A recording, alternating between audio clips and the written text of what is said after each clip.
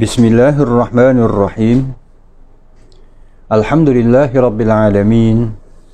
Wassalatu wassalamu ala asyrafil mursalin Nabiyyina Muhammadin sallallahu alaihi wasallam wa ala alihi wa sahbihi ajma'in. Muslimin dan muslimat yang dirahmati Allah, Assalamualaikum warahmatullahi wabarakatuh.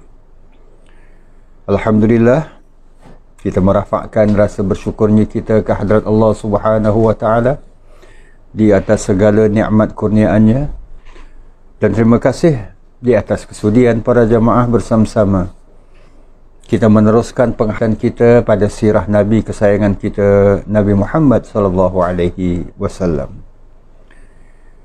Siaran ini adalah merupakan bahagian yang ketiga sekaligus adalah merupakan bahagian terakhir dari peristiwa Perang Khaybar. Jika dua siaran sebelum ini kita telah pun sama-sama menghayati sebab-sebab terjadinya peperangan, kemudian suasana perangan itu sendiri bila mana Nabi SAW bersama para sahabat tiba di Khaybar. InsyaAllah pada siaran kali ini kita akan menghayati beberapa peristiwa pasca perang.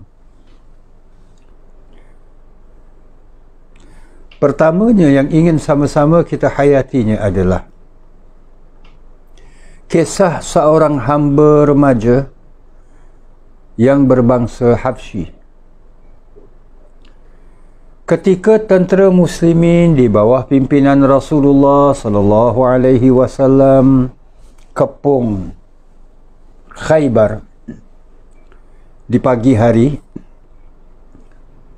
ada seorang remaja berbangsa Habsyi yang bekerja sebagai pengembala kambing. Biasalah, pagi hari kambing-kambing akan dibawa keluar dari kandang mereka, lalu dibawa ke tempat di mana kambing-kambing ini dapat mencari makanan. Maka hamba Habsyi ini apabila ingin keluar dari ingin keluar dari Khaybar, sedangkan Khaybar ini telah dikepung, maka ia kehairanan melihat adanya tentera muslimin. Namun kita sedia maklum, orang-orang Islam. Lalu remaja Habsyi ini bertanya lagi, saya ada mendengar adanya seseorang yang mendakwa, yang mengaku dirinya Nabi. Adakah ia bersama kamu sekarang ini di Khaybar? Sahabat tadi menjawab, ya, tapi dalam kelompok yang lain. Ya, itulah kerana di Nabi SAW membahagikan tentera muslimin untuk kepung, jadi tak satu tempat lah kan. Maka sahabat ni menyatakan ya, tapi di tempat yang lain. Kenapa kamu bertanya? Rata-rata orang Habsyah, orang berasal daripada Habsyah, orang Habsyi ini, anutan agama mereka adalah agama Nasrani. Jadi remaja Habsyi ini yang beragama Nasrani, ia sedikit sebanyak tahu tentang akan lahirnya seorang Nabi yang terakhir. Itulah yang ia kemudiannya meminta izin untuk bertemu dengan Rasulullah sallallahu alaihi wasallam. Muslimin dan muslimat yang dirahmati Allah, bila sahabat ini membawa pemuda ataupun remaja Habsyi ini kepada Rasulullah sallallahu alaihi wasallam, maka remaja Habsyi ini kemudiannya mengucap 2 kalimah syahadat. Ia memeluk Islam. Di situ juga. Lalu bila dia dah memasuk ataupun dah memeluk Islam, ia bertanya kepada Rasulullah sallallahu alaihi wasallam, "Ya Rasulullah, bolehkah saya menyertai pasukan tuan, iaitu untuk bersama-sama dengan tentera muslimin, kalau perlu sampai berperang dengan orang-orang Khaybar ini, saya akan lakukan?" Nabi SAW menyambut baik pertanyaan dan tawaran remaja Habsyah ini, daripada Habsyi ini. Daripada Habsyah ini. Muslimin dan muslimat yang dirahmati Allah. Lalu anak remaja ini bertanya kepada Nabi, "Bagaimana dengan kambing-kambingku yang aku gembalakan ini?"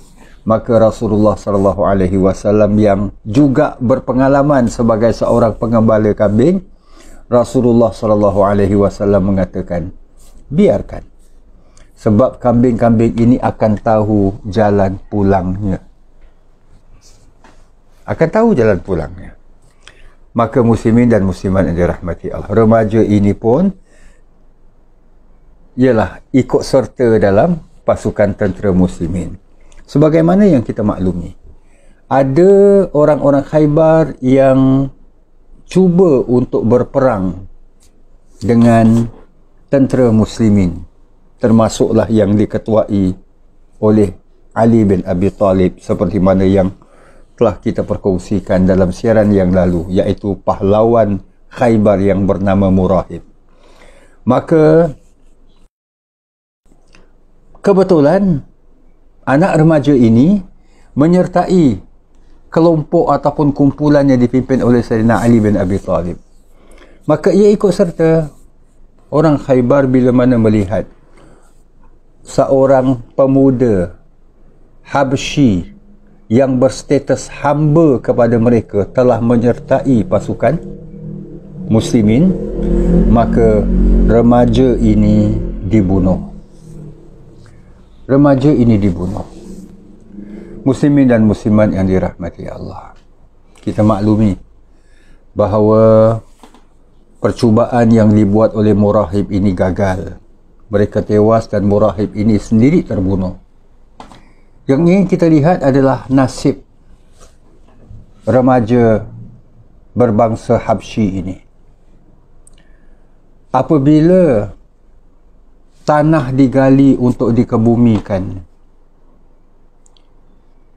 Rasulullah SAW yang menghampiri tanah perkuburan tersebut ataupun tanah yang digali untuk dikebumikan pemuda itu, Rasulullah SAW mengatakan, tunggu dulu, jangan terus dimasukkan jasadnya, jangan terus dikebumikan, tunggu dulu. Bila Rasulullah menghampiri, Rasulullah SAW sendiri turun ke tanah itu, masuk ke lubang itu. Rasulullah katakan, serahkan jenazahnya kepadaku. Jenazahnya itu diserahkan kepada Rasulullah dan adalah 1-2 sahabat. Kemudian Rasulullah SAW merenung wajah anak muda ini. Rasulullah SAW kemudiannya mengucapkan dengan doa, ya Allah, redailah anak muda ini sebagaimana Nabi-Mu meredainya. dan diletakkan. Nabi sendiri meletakkan tubuh remaja Habsyah ini ke dalam liang lahat. Barulah dikebumikan.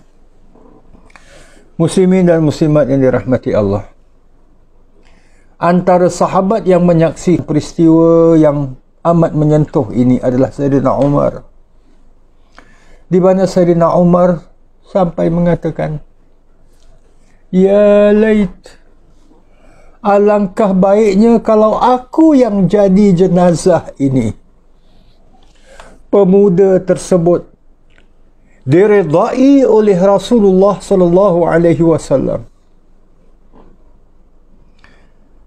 Walaupun ia belum sempat sekalipun meletakkan dahinya untuk sujud kepada Allah, tapi dia diridai oleh Rasulullah sallallahu alaihi wasallam. Nah, muslimin dan muslimat yang dirahmati Allah, Islam adalah suatu akidah yang mana dengan kepercayaan itu yang menjadi penyebab manusia ini akhirnya nanti di akhirat terpisah, sama ada dikelompokkan bersama dengan orang-orang yang akan dijerumuskan ke dalam neraka ataupun yang akan dipersilakan menuju ke syurga. Perkara yang kedua, isu jizyah yang dipersetujui oleh orang-orang Khaybar. Jizyah ini seperti harta rampasan perang, tapi ada yang istilah-istilah fikih kemudian menamakan ia sebagai ghanimah, harta rampasan perang, jizyah, yang dinamakan sebagai kharaj dan sebagainya. Ini semua adalah istilah yang diguna pakai kemudiannya dalam pengajian fikih, yang mana banyak perincian dan butirannya. Kalau kita sentuh tentang jizyah secara umum, ia walaupun sebahagian ulama kemudiannya menamakan, walaupun dia disebut jizyah, tapi ia sebenarnya adalah kharaj, iaitu di mana orang Khaybar bila mana mereka ini menyerah diri, mereka bersetuju untuk memberikan 1/3 dari hasil tanaman mereka kepada tentera muslimin. So, hasil tanaman itu yang sepatutnya disebut kharaj, iaitu tanam-tanaman ini. Tapi mereka ini bersetuju 1/3. Maka diserahkan kepada tentera muslimin. Ia sebagai satu ukti ataupun yang dinamakan sebagai seumpama teks. Sebab lumrahnya adalah mana-mana bangsa ataupun kaum ataupun orang yang berperang dan mereka ini kalah, maka mereka ini pada ketika itu mereka berhak dijadikan sebagai hamba. Ini adalah resam dan adat yang diguna pakai pada ketika itu. Orang-orang ini menjadi hamba. Ini sebelum hukum-hukum Islam datang dengan detail sebagainya. Hadis-hadis Nabi pun begitu juga selain daripada Al-Quran. Jadi mereka ini, iaitu orang-orang Khaybar ini, bersetuju untuk memberikan 1/3, dan ini tawaran dipersetujui oleh Rasulullah SAW. Namun dia bukan hanya sekadar bayaran one off begitu saja. Ia dibuat secara tahunan. Kalau yang terkait dengan kharaj ataupun hasil tanam-tanaman itu, ia berkaitan dengan setiap kali masa tuai, masa meraih pendapatan daripada tanam-tanaman ini. Kalau tanaman itu setahun sekali, ya setahun sekali. Kalau tanaman itu setahun 2 kali, ya setahun 2 kali, dan sebagainya. Ini merujuk kepada apa yang ditanam dan apa persetujuan. Dan dia bukan hanya sekadar orang-orang ini kemudian bayar kepada orang-orang Islam dan orang-orang Islam akan happy-happy begitu saja. Tidak. Kita lihat agama Allah Subhanahu Wa Taala yang cukup indah ini. Orang-orang ini, dengan erti kata orang-orang Khaybar ini, mereka adalah di bawah pentadbiran dan tanggungjawab orang-orang Islam. Umpamanya kalau mereka diserang oleh mana-mana kaum, mana-mana bangsa, orang-orang Khaybar ini, tanggungjawab orang-orang Islam turut mempertahankan mereka. Ini sesuai dengan apa yang mereka apa yang mereka keluarkan, apa yang mereka berikan kepada negara Islam, tentera muslimin. So kita lihat fair. Dia bukan hanya setakat satu teks untuk pihak pemerintah ataupun orang-orang Islam ini enjoy kemudiannya suka-suka menggunakan, tidak, tapi menjadi tanggungjawab tentera muslimin. Seterusnya kita lihat murninya. Jadi kalaulah orang-orang Islam ada dikenakan zakat dan sebagainya, maka wajarlah bagi orang yang non-muslim, orang-orang kafir zimmi ini. Satu lagi peristiwa muslimin dan muslimat yang dirahmati Allah, apabila hasil rampasan perang ataupun jizyah ini tadi dibagi-bagikan, lalu ada seorang badui yang ikut serta dalam peperangan Khaybar ini. Muslimin dan muslimat yang dirahmati Allah, orang badui ini dalam kitab-kitab sejarah tak disebutkan siapa dia, apa namanya. Sebab orang badui ini orang yang hidupnya very simple. Dia masuk Islam, dia beriman, tapi dia tinggalnya di padang pasir. Very simple. Jadi orang badui ini, dia bila mendengar Rasulullah memimpin pasukan tentera untuk ke Khaybar, dia ikut. Bahkan dalam kitab-kitab sirah pun ada mencatatkan, sejak daripada perang Badar, hatta perang Uhud, hatta perang Khandaq, semua peperangan ini dia ikut serta. Tapi kerana dia tak dikenali, tidak dikenali, sebab itulah namanya tak disebutkan. Oleh itu muslimin dan muslimat yang dirahmati Allah, bila para sahabat bawa sedikit harta berikan kepada orang badui ini, orang badui ini kehairanan. Dia bertanya, apa ni?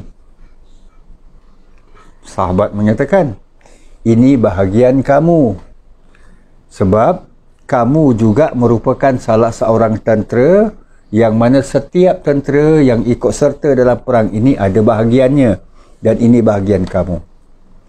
Muslimin dan muslimat yang dirahmati Allah, apa yang dijawab oleh orang badui ini?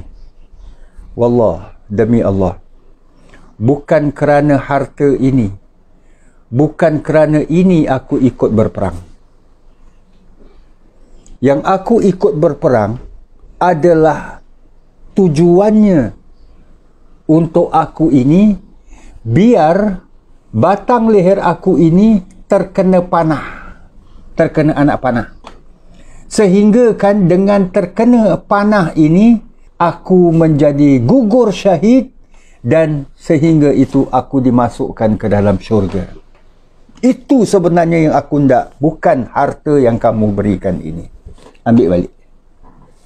So muslimin dan muslimat yang dirahmati Allah, kita lihat bagaimana tahap keimanan walaupun orang itu hanya sekadar seorang badui. Maka bila sahabat serahkan kembali harta tersebut kepada Rasulullah SAW, Rasulullah tanya, kenapa dia balik? Kepunyaan siapa ni? Sahabat yang bertanggungjawab menyerahkan kepada orang badui ini tadi dan mengembalikan harta tersebut kepada Rasulullah SAW, ia menceritakanlah. Maka setelah mendengar cerita sahabat ini, Rasulullah SAW mengatakan, dia, orang badui itu, akan memperoleh apa yang dia cita-citakan. So, tak lama lepas itu, masih ada lagi percubaan serpihan daripada orang-orang Khaybar yang melihat kejayaan orang-orang Islam, mereka cuba nak menyerang. Lalu bila mana mereka cuba nak menyerang, salah seorang yang terperasan percubaan mereka ini, orang Badui tadi, dia bangkit dan dia terus cuba pertahankan. Tiba-tiba ada anak panah yang dilepaskan yang benar-benar kena pada batang leher orang Badui ini. Lalu dia wafat. Dan bila mana berita ini disampaikan kepada Rasulullah sallallahu alaihi wasallam, sebab Rasulullah berada di daerah di kawasan yang lain, maka Rasulullah menyatakan, begitulah besarnya rahmat Allah Subhanahu wa taala. Seorang Badui ini, dia telah berniat dengan niat yang suci, yang baik, maka Allah kabulkan permintaan dia. Maknanya dia mati syahid di jalan Allah. Yang dia inginkan cara mati tersebut terkena panah di batang lehernya, itu berlaku benar-benar. Indahnya, adilnya, maha pengasih dan penyayangnya Allah Subhanahu wa ta'ala mengkabulkan setiap permintaan. Kemudian ada satu lagi peristiwa di mana ada seorang yang suka membantu Rasulullah sallallahu alaihi wasallam yang namanya hanya dikenali sebagai Mid'am. Mid'am ini ia suka membantu Rasulullah sallallahu alaihi wasallam. Dialah orang beriman dan sebagainya. Dia ikut serta. Lalu bila mana ada seorang sahabat mengkhabarkan kepada Rasulullah sallallahu alaihi wasallam bahawa Mid'am ini terbunuh dalam peperangan Khaybar ini. Bila mendengar tersebut, Rasulullah sedih. Lalu ada sahabat yang lain yang berada di samping Rasulullah sallallahu alaihi wasallam meluahkan ucapan, amat beruntung sekali Mid'am, kerana ganjaran dan balasannya adalah syurga. Rasulullah sallallahu alaihi wasallam dengan penuh lembut sambil menundukkan pandangan, baginda menyatakan, tidak, demi Allah, sesungguhnya pakaian yang diambilnya dari rampasan Khaybar belum dibagi-bagikan, yang mana pakaian tersebut yang dipakai olehnya menjadi bahan bakar api neraka. Maknanya harta rampasan perang ni dah dikumpulkan tapi belum sempat dibagikan, maka Mid'am ini telah mengambil. Mungkin dia bukan dengan pakaian tersebut, baju tersebut, dia pun ambil dan dia rasa itu hak dia, bahagian dia, padahal yang sepatutnya dibagikan dulu. Maka Rasulullah mengatakan, sebab itu saja dia dicampakkan ke dalam neraka.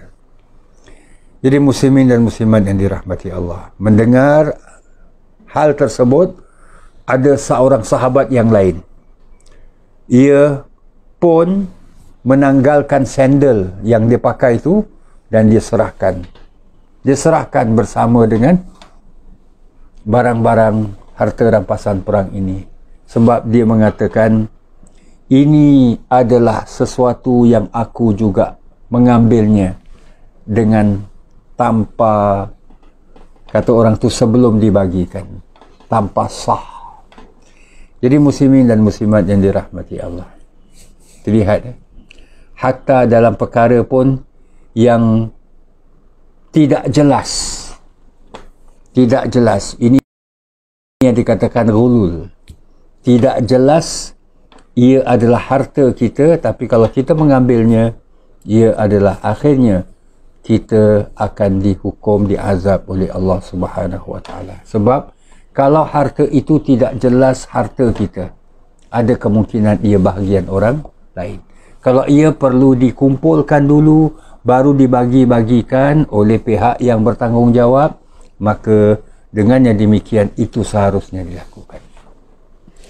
Seterusnya Nabi sallallahu alaihi wasallam sebelum perjalanan pulang, orang-orang Khaybar menahan Nabi. Tunggulah dulu wahai Muhammad, kami ingin mengadakan sedikit jamuan.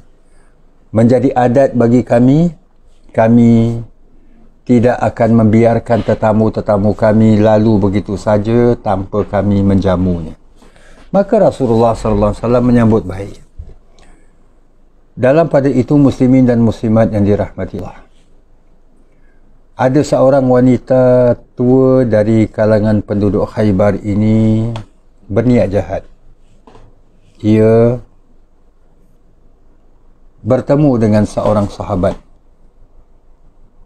dengan bertanyakan, kalaulah bahagian seekor kambing tu dibagi-bagikan, bahagian mana yang paling digemari oleh Nabi? Maka sahabat, ialah seorang wanita tua, bila bertanya, secara terus terang dia menjawab, bahagian peha kambing itu yang paling digemari oleh Rasulullah SAW. Rupa-rupanya pertanyaan ini bermaksud ia ingin membubuh racun di bahagian yang kemudian dihidangkan kepada Rasulullah sallallahu alaihi wasallam. Jadi muslimin dan muslimat yang dirahmati Allah, di saat-saat Nabi hampir wafat, Nabi ada meluahkan kepada isteri baginda Ummul Mukminin Aisyah, wahai Aisyah, terasa sangat sakitnya aku berpunca daripada racun yang aku termakan semasa di Khaybar. So maknanya mereka ini membubuh racun ke makanan yang dijamukan kepada Rasulullah sallallahu alaihi wasallam. Cuma pada ketika itu kesannya tidak immediate lah, kata orang tu. Bukan itu juga kesannya. Walaupun ada riwayat menyatakan ada sahabat yang bila sama-sama dengan satu hidangan dengan Nabi yang juga terkena racun itu, sahabat tersebut wafat, meninggal dunia. Kemudian Nabi SAW pulang ke Madinah. Jadi dalam perjalanan pulang ke Madinah, Nabi mengajak para sahabat berhenti di beberapa daerah, di beberapa kawasan, di Wadil Qura, Wadil Hamd, dan di kawasan Fada, yang mana ia adalah kawasan yang dikuasai ataupun yang dimiliki oleh orang-orang Arab maupun orang-orang Yahudi. Maka Nabi mengajak mereka kepada Islam, dengan Nabi menekankan bahawa orang-orang Khaybar telah pun bersetuju. Mereka tak nak masuk Islam, mereka bersetuju untuk mengeluarkan jizyah. Maka kelompok-kelompok ini ada yang terus menerima Islam, ada pun malah mereka yang tetap dalam agama mereka, namun mereka setuju untuk membayar jizyah. So Islam tidak memaksa. Kalau itu pilihan mereka, maka dengan yang demikian, misi dakwah Nabi SAW kesampaian ke kawasan-kawasan ini. Itulah bila mana Nabi mula menghampiri kota suci Madinah, Nabi mendapat khabar tentang kepulangan Ja'far bin Abi Talib dan para sahabat dari Habasyah yang pernah berhijrah dari Makkah ke Habasyah. Ja'far bin Abi Talib, abang Sayyidina Ali ini, dan beberapa sahabat yang lain yang juga bila mana mendengar Nabi SAW berada di Khaybar, mereka tak nak stay di Madinah, mereka terus. Tapi itulah, akhirnya Nabi dalam perjalanan pulang, mereka pun baru nak menuju, tak jauh daripada Madinah, bertemu. Itulah yang Nabi sampai mengucapkan kata-kata, apakah di mana yang aku ingin bergembira dengannya? Apakah kerana kemenangan di Khaybar ataupun kerana kepulangan Ja'far? Jadi inilah muslimin dan muslimat yang dirahmati Allah.